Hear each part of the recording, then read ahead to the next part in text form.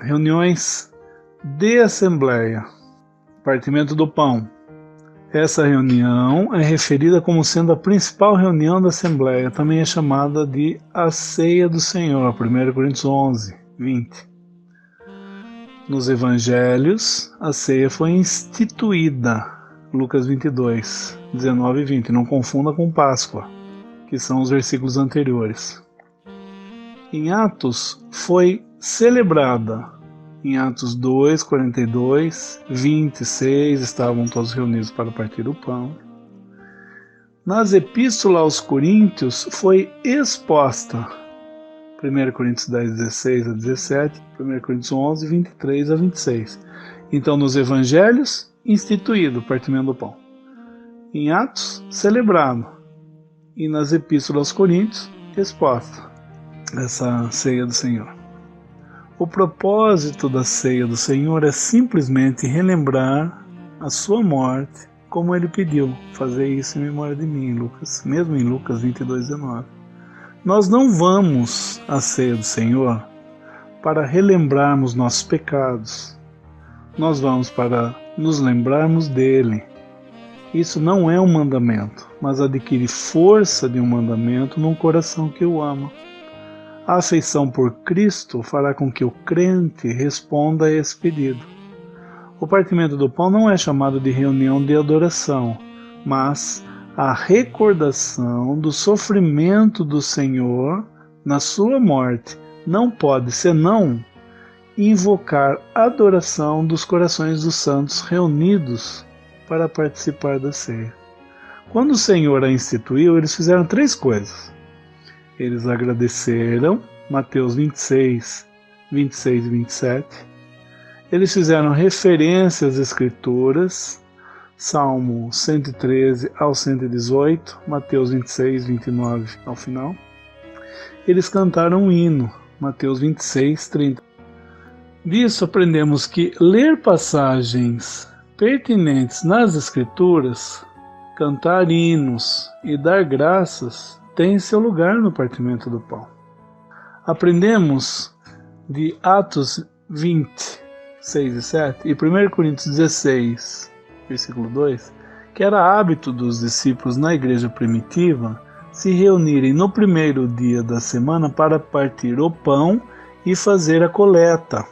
Hebreus 13, 15 e 16 liga o sacrifício de louvor com o sacrifício material, e assim sugere à mente espiritual que eles devem ser feitos juntos na ceia como parte da adoração.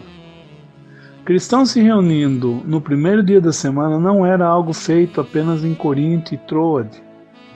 Era o que os discípulos do Senhor faziam universalmente.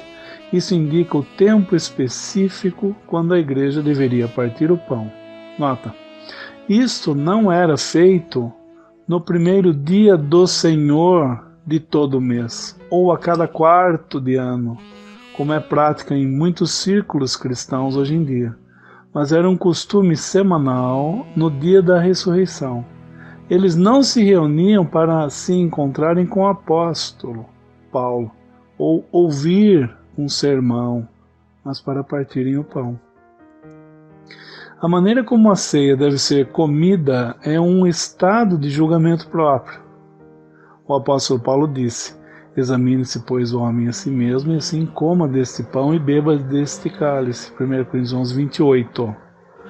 Então a ceia é para ser comida de uma maneira santa e reverente.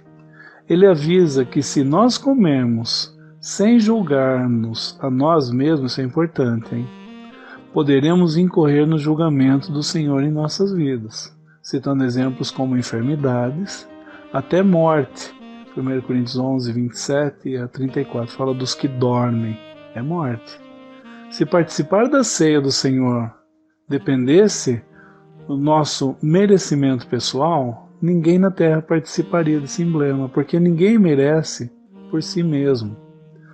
Só somos merecedores por causa do que Cristo fez na sua obra consumada na cruz. Ele nos colocou na presença de Deus pelo que Ele realizou na redenção. Como em toda reunião de assembleia, o Senhor está no meio para guiar os procedimentos pelo Espírito.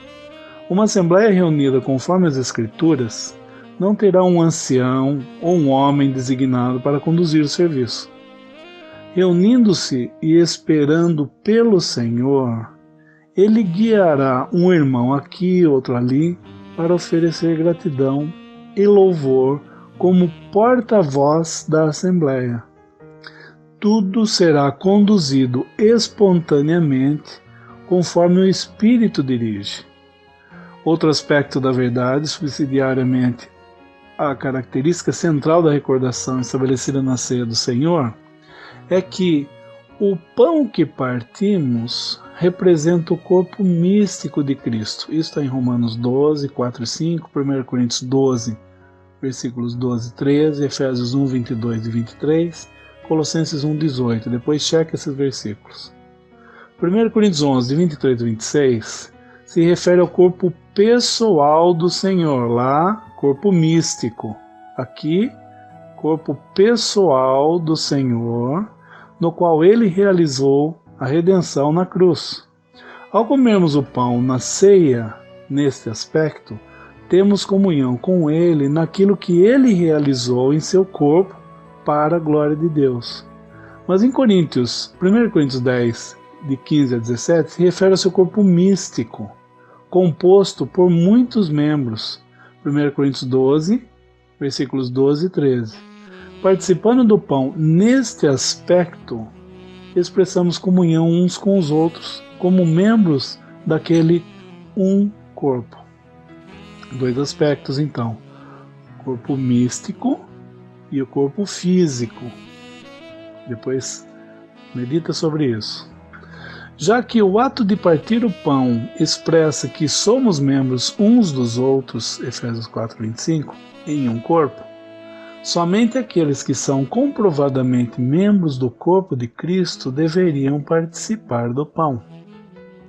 Portanto, a reunião para o partimento do pão, numa assembleia baseada nas Escrituras, não terá uma comunhão aberta e nem terá uma comunhão fechada, mas, em vez disso, uma comunhão guardada ou vigiada, no que se refere a quem pode participar, como mencionado anteriormente. Uma assembleia baseada nas Escrituras vai receber à mesa do Senhor somente aqueles que são sólidos na doutrina e num caminhar piedoso. Então essa foi a reunião do partimento do pão, assim chamada também de ceia do Senhor.